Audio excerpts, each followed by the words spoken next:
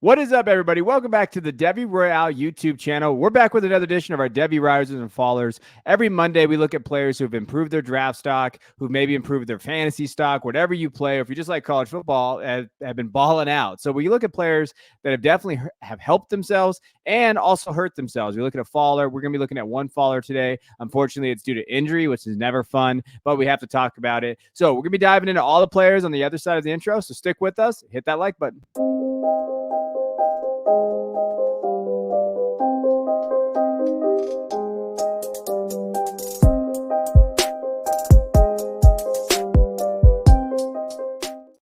All right, let's get into it. Let's talk about these guys. First up, Carson Beck. Now, I've already talked about Carson Beck on this show actually recently, but I had to mention him again because you know what? He balled out against Tennessee, 24 for 30, 298 yards and 3 touchdowns. He had his best game of the year against Tennessee. You know, Tennessee came out, won, but we're winning up 7-0.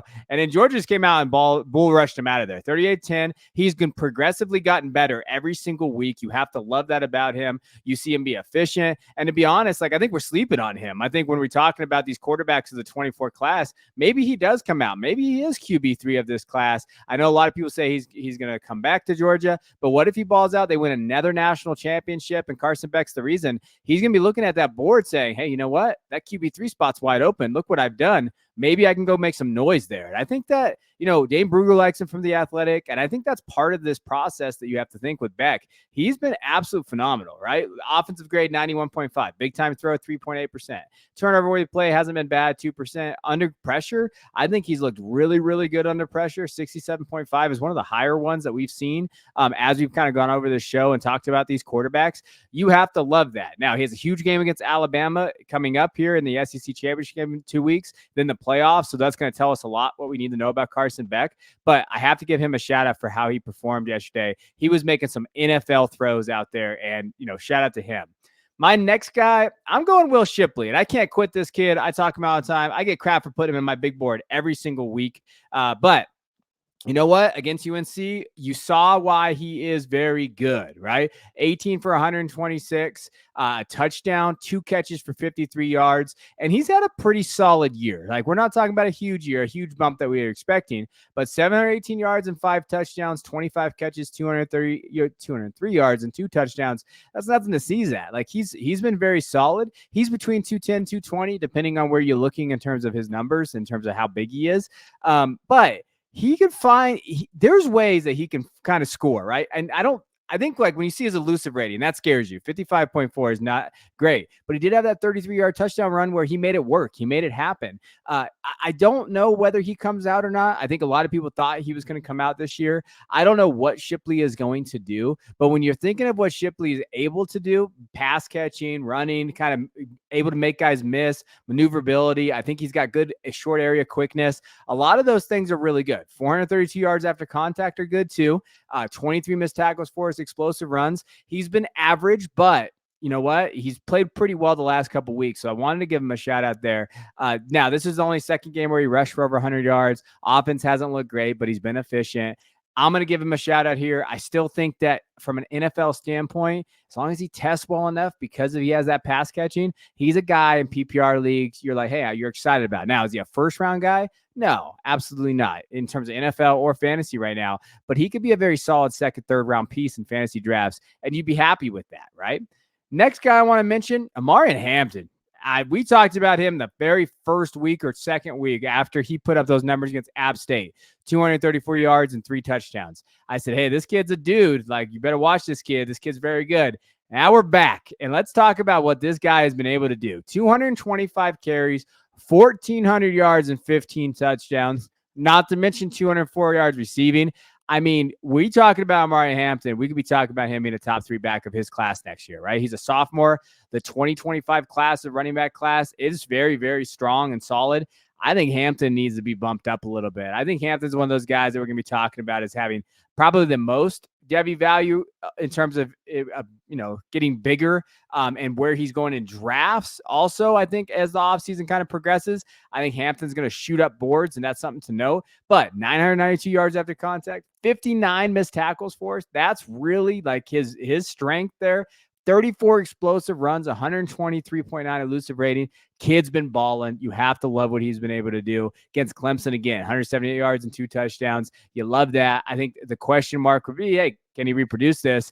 And we've seen kind of guys pop off one year, then the next year, Raheem and some of these other guys. But this year, yeah, he's probably out of the running backs. His value, he's probably elevated his value more than anybody else of all classes, not just his own class. Next guy I want to talk about is Devin Neal. Been a big fan of Devin Neal for a while. Very, very solid junior prospect. I want to give him a shout out because against Kansas State, we saw 138 yards and 3 touchdowns. Didn't have so many catches this last week, but he does have 24 catches, 214 yards on the board there. A couple outlier games, he did have a 59-yard catch and stuff like that at the beginning of the season. But from a rushing standpoint, the last 4 weeks against Oklahoma, 112 yards, a touchdown. Iowa State, he kind of went down a little bit, 57 yards, but did have 2 touchdowns in that game. Texas Tech, 137 yards, a touchdown. And in Kansas State, like I mentioned, 138 yards and 3 touchdowns. I think he's elevated himself into this category of top 5 guy. Like we're talking about like a guy that could be Tank Bigsby plus.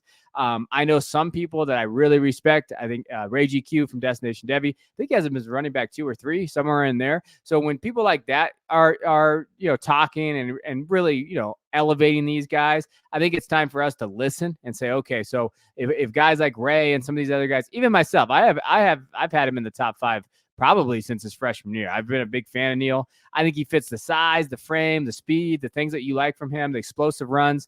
Everything kind of fits together for Devin Neal. If he finds himself on a very, very good, I guess, offense that's going to elevate him, is going to use him in the ways that kind of Kansas's offense has elevated him, I'm all aboard the Devin Neal train. If he finishes out strong, I think he's going to come out, and I think he has a chance to be a top 3, top 4 back of this class.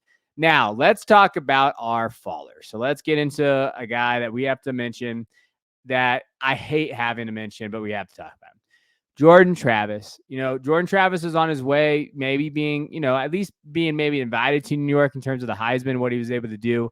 2,700 yards, 20 touchdowns, 2 interceptions, 7 touchdowns on the ground. Didn't have a ton of rushing yards this year as opposed to last couple of years. I didn't put all his seasons on here because then I wouldn't be able to fit his picture in here. Obviously, he's a 6-year kid. But offensive grade, 87.3, big time throw was there. Under pressure, he struggled, but I think he made up for it with his ability to kind of escape the pocket, make throws off platform, those type of things. Unfortunately, he hurt his ankle, and it looks like it's a season ender. It's probably going to require surgery.